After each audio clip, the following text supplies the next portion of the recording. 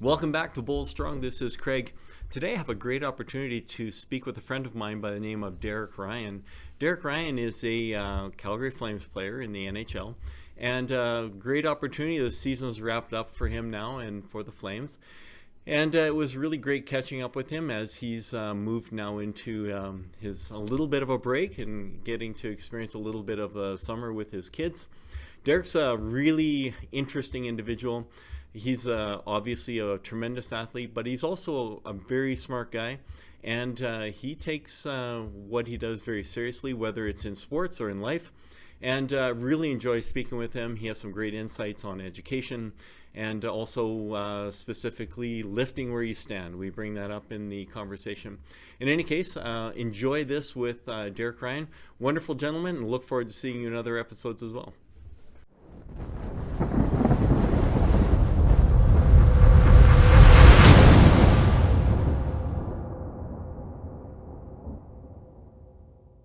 All right, Derek, this is Craig. Wonderful to have you, and glad you could spend some time with us today. And looks like you're in sunny Spokane right now, enjoying yourself and home. Yes. Yeah. Thanks for having me. Thanks. I'm glad we were able to work it out. And it's, I'm here in Spokane, just dropped the kids off at school, and it's a beautiful sunny day here. So Excellent. Well, I've had a few people that have been begging for me to talk to you and just record something because they really look up to you. And there's been some young guys that I know that really appreciate you, and they kind of champion you behind the scenes. So it's exciting to be able to get you on here. I guess just recently you got a Good Guy Award, which is a great segue into this. What was that for, and what was that about? yeah, I probably can't speak as much as I should about it, but it's the Peter Maher Award for guys that the Good Guy Award is what it's called. But basically the premise of it is that you're easy to deal with the media, professional. The media can be a bit of a nuisance at times during a season, especially a season like we had with the Flames, where there were more not good times than there were good times. So it can be critical and just not the most enjoyable thing to do after you lose or something like that. So I get that award for being professional, always giving honest, upfront answers. And it's pretty easy as a professional athlete or an NHLer specifically to get in your routines of just answering the cliche. You get the same questions over and over, right? So you can have that same basically recorded cliche answer recorded in your mind and just say that back to them. But I like to put a little more thought into it and actually give honest answers. So it has a little bit to do with that. And I guess they think I'm a good guy too. So I'll take that. I saw on one of the news articles, they called you cerebral, which is wonderful. Yeah, that sounds like that's an interesting term. I guess I use my brain a little bit more when I answer it. I guess it goes to what I was saying, where there's a lot of guys that just spit out the normal cliche answers, but I actually think about it and respond honestly. That's good. Well, I've listened to a couple of things that you've done in the past, and they've been great. And I think it really speaks to some of the youth. And one of the big questions that always comes up with, people in athletics and people we look up to is, how do you just persevere? Like how, I think sometimes we look at athletics and we think, oh, that's easy. You just get out there, you do your thing and it's easy. But the reality is it's like any job. There's hard parts to it. So how do you persevere? What's the hard stuff that you have to push through and kind of stay and have that integrity to yourself? Yeah, I like that question, especially how you talked about how a lot of people think it's so easy, which our lives are very blessed. We are fortunate to have jobs that we do, but it's hard. It's harder, in my opinion, it's harder than most people's jobs. Most people go to a 9-to-5 job, and whatever they're doing, if they have a bad day or they make a couple mistakes, it gets covered up pretty easily. But when I go to work at night or whatever it is, and I make a couple mistakes, then it's broadcasted across the media, or there's 20,000 people in the arena criticizing me or whatever it is. So it's hard, and that's a mental drain for sure. And I think that the most important thing that I use to avoid that is to just generally avoid the reading social media. I think social media in particular is pretty toxic for just about anyone, but for sure myself during the season when there's there's a lot of people on there that are just, unhappy and negative, and no matter how I play or what my production looks like, there's going to be people that criticize me, or whoever it is, whatever athlete. It's not specific to me. So I think avoiding social media is definitely a big part of staying away from that. You can stay in your own mindset and just persevere, I guess. But to get to the original part of the question, how do you persevere, which I think is, referring to my journey to the NHL, which is unconventional, kind of a long, convoluted journey through major junior, Canadian university, Austria, Sweden, the American Hockey League, and then finally the NHL at age 29.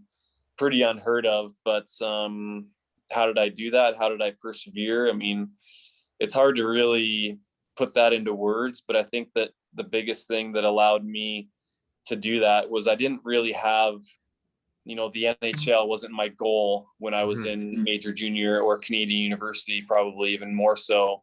And then European pro, I wasn't thinking, oh, well, I should be in the NHL, or I need to be in the NHL, or I need to work to be in the NHL. It was more, what can I do to make the best of where I am right now? And that was true in Canadian university.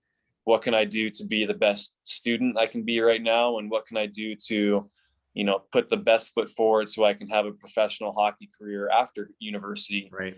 And then once I had that in Europe, it wasn't, I need to get out of Austria into the NHL. It was, what can I do to make the best of my situation in Austria?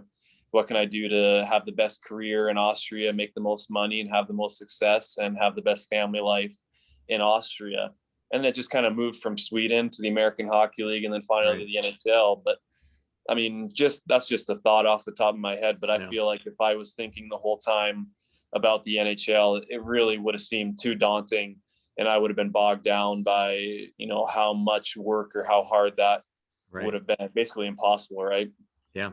Think about it in Canadian university and minor European leagues. It's the one guy that did it. Me is basically one in, I don't know, hundreds of thousands, probably. Yeah. I don't know what the exact number is. So I think that, setting goals that are achievable, short-term goals that are achievable. And then as you have success, it just kind of snowballs, and you continue to have success and feel good about yourself. So that's the best answer I can come up with off the top of my head, I think. And I like that idea of that you're in something, so be your best at it. And, we've heard that quote of lift where you stand. That's a great quote. And I think that's what you did. You put yourself into whatever you were doing, and you didn't second guess it, and you just did your best at, where you were. And maybe that's the message to, and I like to talk to the young people quite a bit. And I think that's, maybe the big message in there somewhere is, do what you're doing and do it really well. Don't always second guess or try to do something different or better. And does that sound about right? I think that's the best message out of that for sure. And then even more so once I got to the NHL, it'd be easy just to say, oh, I made it to the NHL, here I am, and the job's done. But it's honestly almost harder to stay in the NHL once you make it there. And the lift where you stand thing is really applicable to me and my journey into the NHL too, because once I made it in the NHL, I was basically a third line center in Carolina, playing power play, really not playing any penalty kill. And then I come to Calgary, and basically my last 2 years in Calgary, I've been shifted to a fourth line center.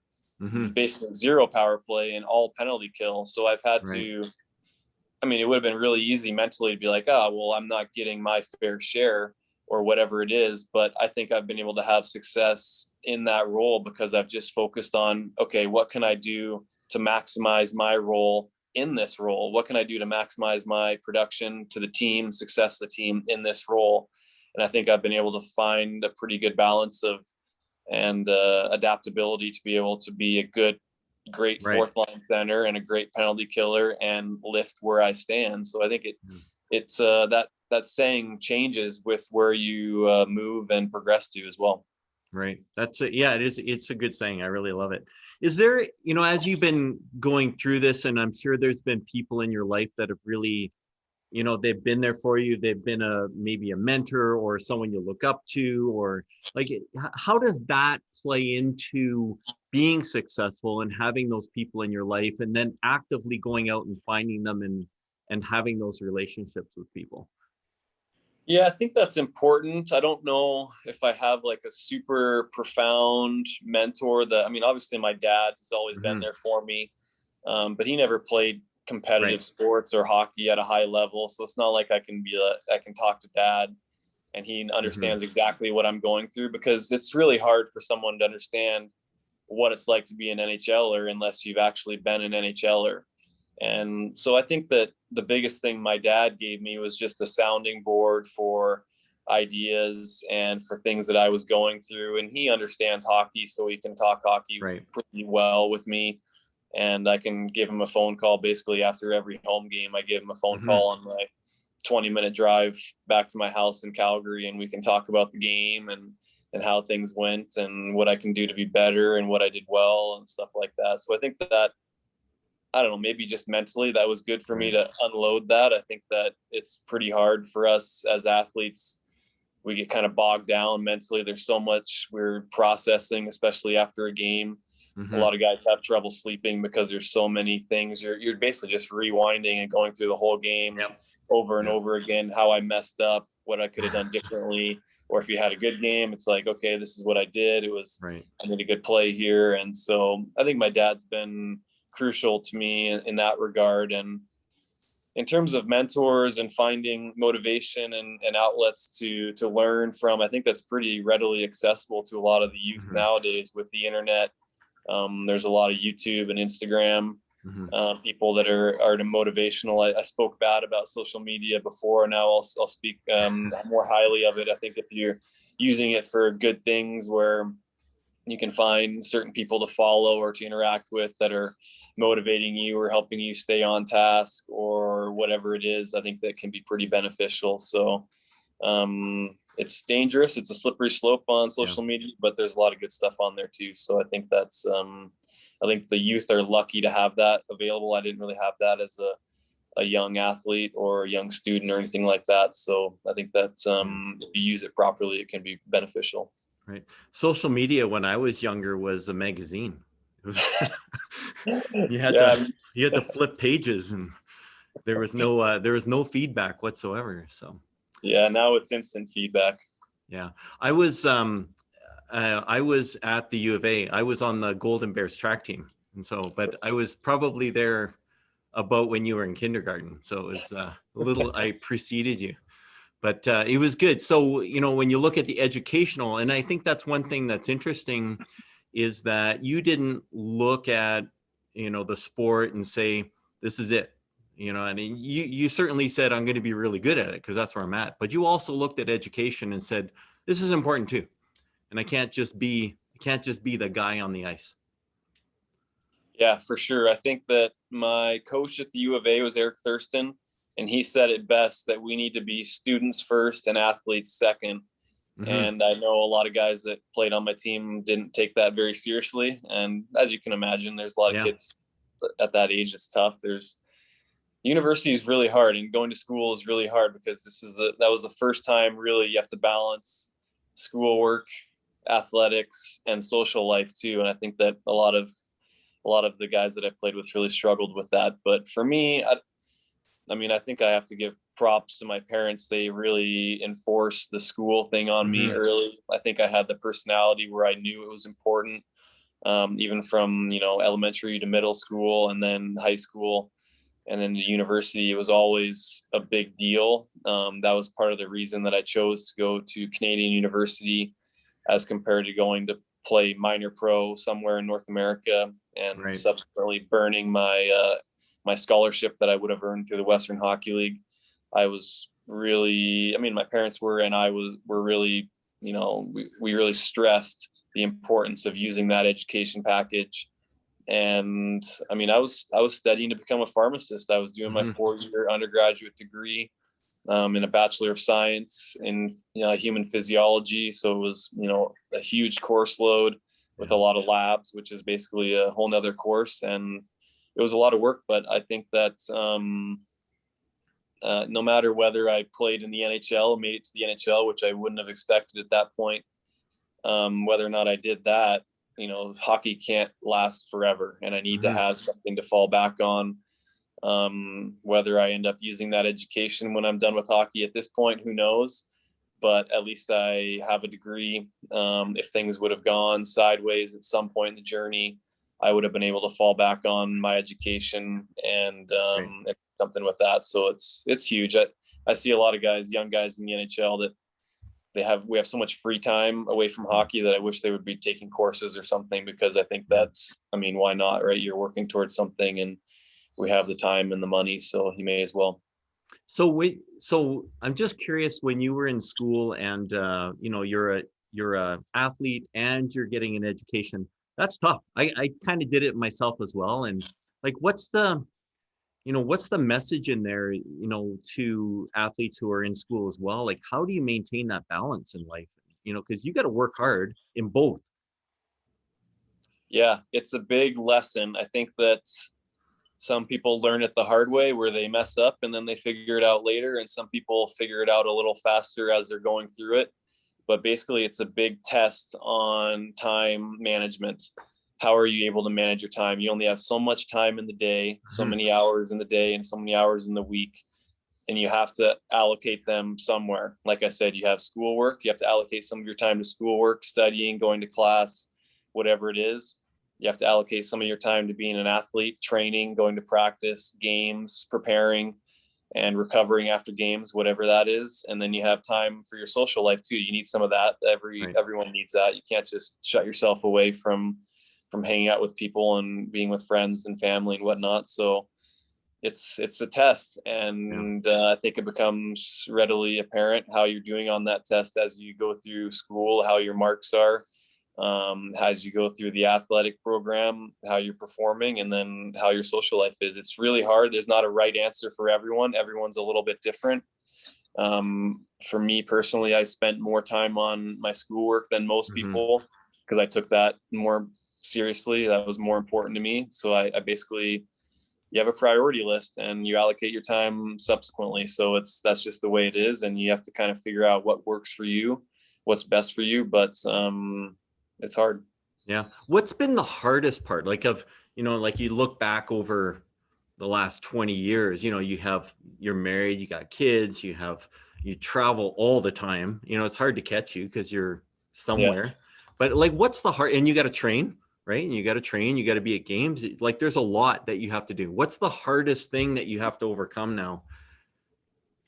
The hardest thing for me now, where I am, in this moment, is family, especially during the season, especially during this last season where the schedule was so condensed, where we were playing basically every other day for the majority of the season. It's finding time to balance family in there too. Like you said, I'm married. I have 2 kids, a 7-year-old and a 4-year-old. I don't want those kids to, despise me or not know me as I go through the hockey season. Obviously, and this is how we justify it, I remind myself throughout the year that I get the majority of the off seasons and the summers to spend with them. So I need to maximize that time for sure. But it's the hardest thing is during the season, being able to, stay engaged in the hockey, and then being able to spend time away from hockey with the family, with the kids, with the wife, which was harder this year because we weren't able to do date nights or anything like that in Alberta. So it's I think just it's the same. That's why the time management thing in university is a prep course for the rest of your life, because good point. You have to manage your time for the rest of your life, and as you get older you get busier and busier with the family or your career or whatever it is. Just the time slots just change, so you still have to learn to manage the time and to allocate it properly. And your kids are adorable. I've met them a couple of times, and they're just like really sweet kids. And it's been interesting for me as I get older, and as my kids have gotten older, I start to look at them and think, so much of my life is really giving to them now. And it's not about me taking from the world. It's about, what am I leaving for my kids, and, what sort of legacy, what sort of message am I giving them? And so, like, you're doing that, I'm sure you are. Like, what do you what are you giving to your kids, and how, even at a young age, what are you giving them that they're going to take away from all this?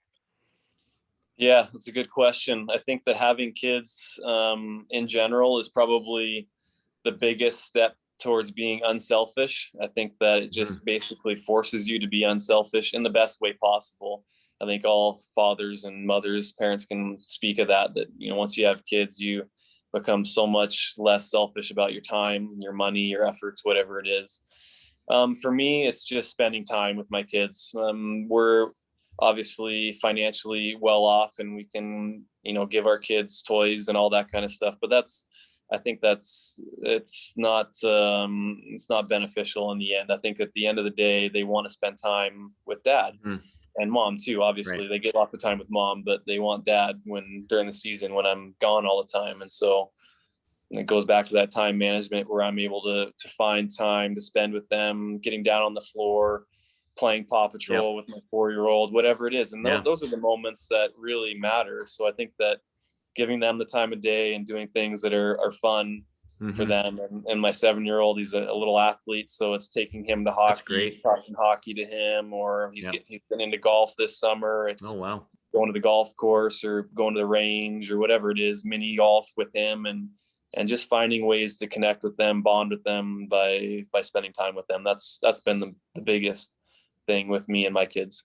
Yeah. It's funny, you remind me, when I was a kid, my parents, they took us on some great vacations, but some of the most memorable stuff was like playing cards in the motorhome in the rain, like just playing cribbage all night. And it was free almost, So it's interesting experiences we leave with our kids. So it's thinking about kids, and I think one thing I really appreciate about you is that you really care about, the youth and, and people coming up through the system. And I think it's important that we do that, because, we got to leave this world to somebody. And so what are some of the big messages that you want to leave behind, with these young people, that we can, buoy them up, make them great young people in the next decades to come?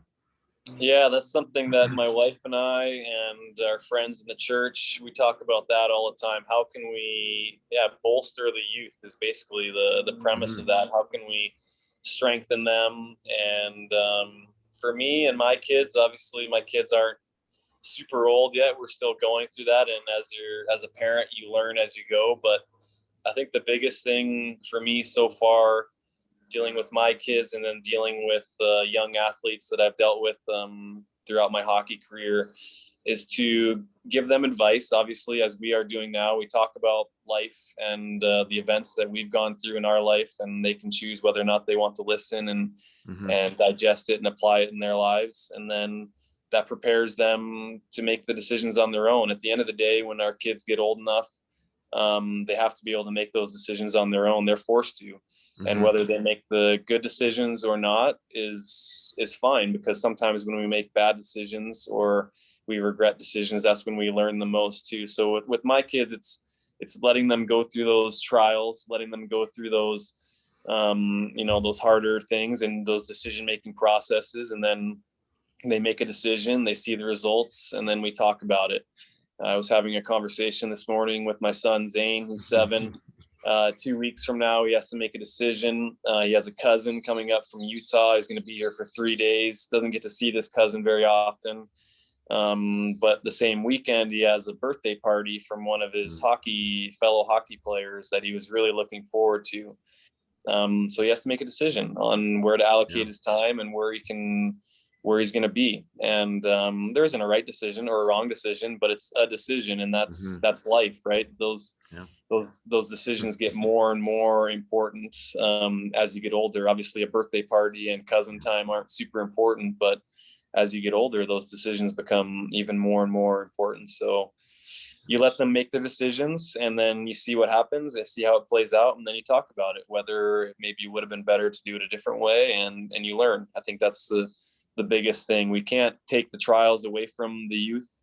We just need to bolster them to be able to make those decisions and then think about it and maybe, adjust and be better next time.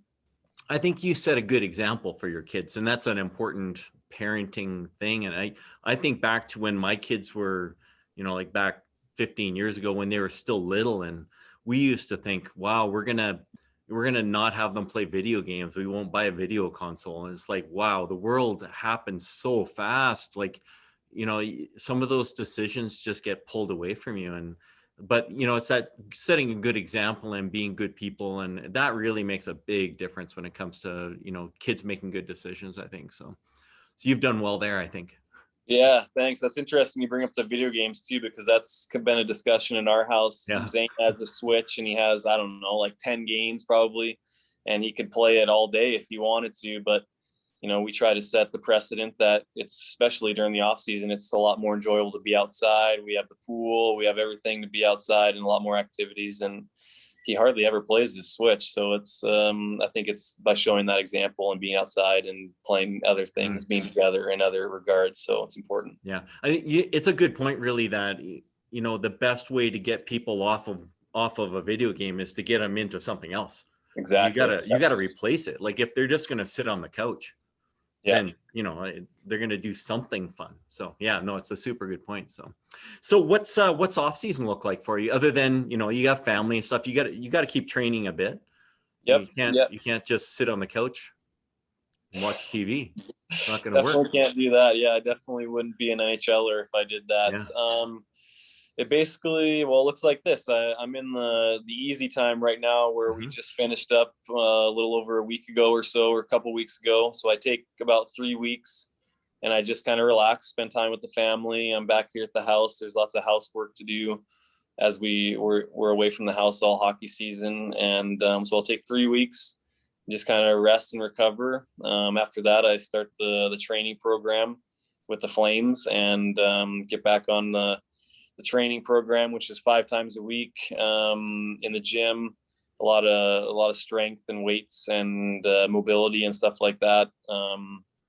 Probably won't start skating for another month or so from now. So a couple weeks into the program, start skating once or twice a week.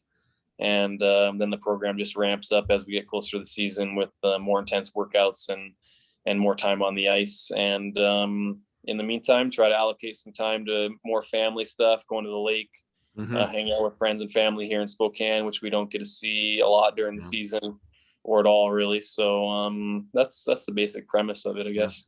What does the time in the gym look like for you? Like, I'm just my curiosity now, like, you because you're kind of just saying, yeah, we work out in the gym. I'm more curious, like, what do you actually do? Like, what does it look like in the gym? You're not just doing sit-ups and squats, maybe. There's more to it. Couple push-ups, couple pull-ups, and you're good. Yeah. No, I wasn't sure how much detail you wanted there, but I'm happy to go into it. Yeah. Well, I'm just curious, because I think, you get young people and, and I'm in fitness too. And they say, like, what do I got to do? And, and they always want to see what a program looks like. And I think what they miss is how hard you really need to work in order to improve yourself. So I'm just kind of curious, like, don't lay out exactly what you're doing or don't give away the company secret, but, like, what does it look like? How hard is it in the gym time? Are you doing cardio? Are you doing just weights, or what is the mix? And so a normal workout, obviously the phases change throughout the summer. As phase 1, you're just kind of getting back into it. Phase 2, you're ramping up your strength. And then phase 3, you're ramping up basically everything, but more cardio and stuff and strength, getting ready for the season and training camp. But it's probably like a 15 or 20 minute dynamic warm up. We're basically doing, your basic normal warm up stuff.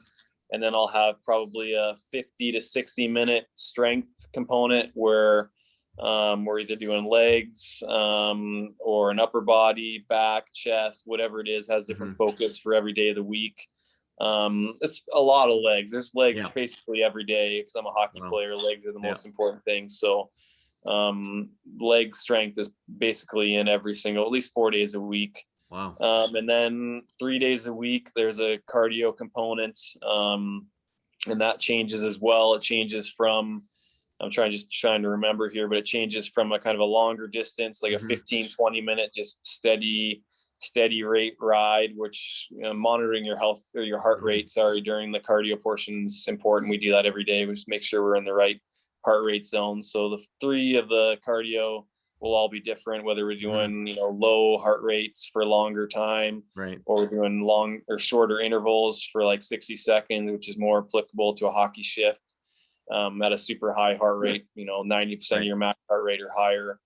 And just kind of changes from that too. I got my dog, he's barking in the background there. He's trying to get involved in the interview. Perfect. But yeah, so that's the basic premise of it. The strength component changes, lots of legs. That's important for a hockey player. But it's funny you say the secret recipe or whatever. I guess the secret recipe, there is no secret recipe. Yeah. It's hard work. It's blood, sweat, and tears. There's no magic bullet. There's a lot of new fancy technology out there that we use a little bit of that, like the blood flow restriction and stuff like that. But at the end of the day, the basics, the old school squat and Bulgarian split squats, all that, the hard stuff, the old school hard stuff, that's what works. Yeah, it's amazing actually. Like, everyone's trying to reinvent, because that's how you sell Instagram views. You got to reinvent it. But yeah, the reality is you just got to get under the weights and do the exercises. So, well, that's great. Well, listen, I appreciate your time. I don't want to take up your whole day, because you probably got to mow the yard and paint the walls and get at it. But I certainly appreciate it and love having you on. And I really hope to see you again before too much longer. And we'll come down and enjoy your beautiful weather if we don't get any here. Please do. Come swim in the pool. Thanks for having me on. All right. Thanks very much, Derek. Have a great day. Thanks, you too. Take care.